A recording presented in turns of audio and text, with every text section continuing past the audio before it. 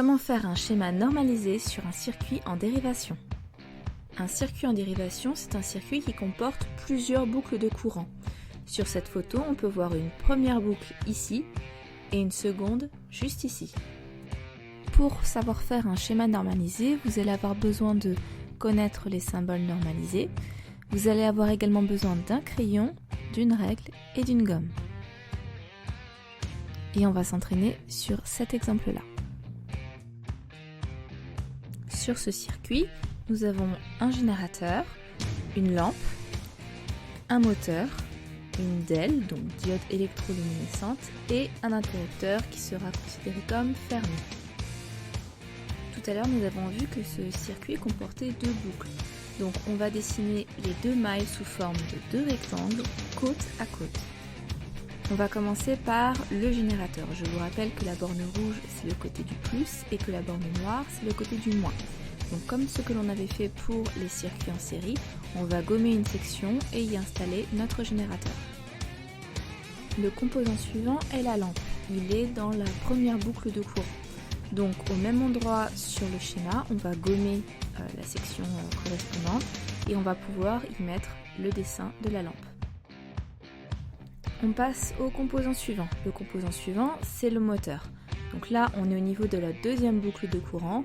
On gomme l'endroit correspondant sur notre schéma et on y insère le symbole du moteur. On passe à la diode électroluminescente et on suit exactement le même processus.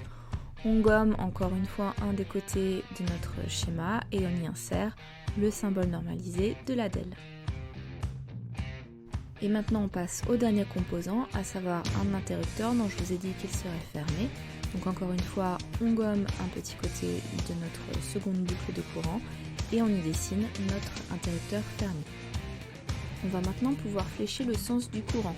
Je vous rappelle que le courant va de la borne plus à la borne moins. Vous remarquerez qu'au niveau d'un nœud, le fléchage du sens du courant continue de manière totalement logique dans chaque branche. Puis lorsque les branches se rassemblent à nouveau au niveau d'un nœud, le fléchage continue aussi. Comme l'autre jour, on va annoter notre schéma grâce à la lettre petit i pour parler de l'intensité du courant. Lorsque l'on arrive à un nœud, l'intensité se sépare en deux parts qui ne sont pas forcément égales.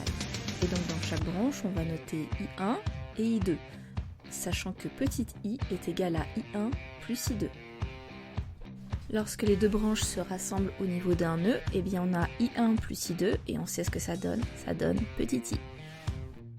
Pour ce qui est de la notation de la tension, ça va être exactement comme la dernière fois, UG pour le générateur, UL pour la lampe, UM pour le moteur, UDEL pour la DEL et UK pour l'interrupteur.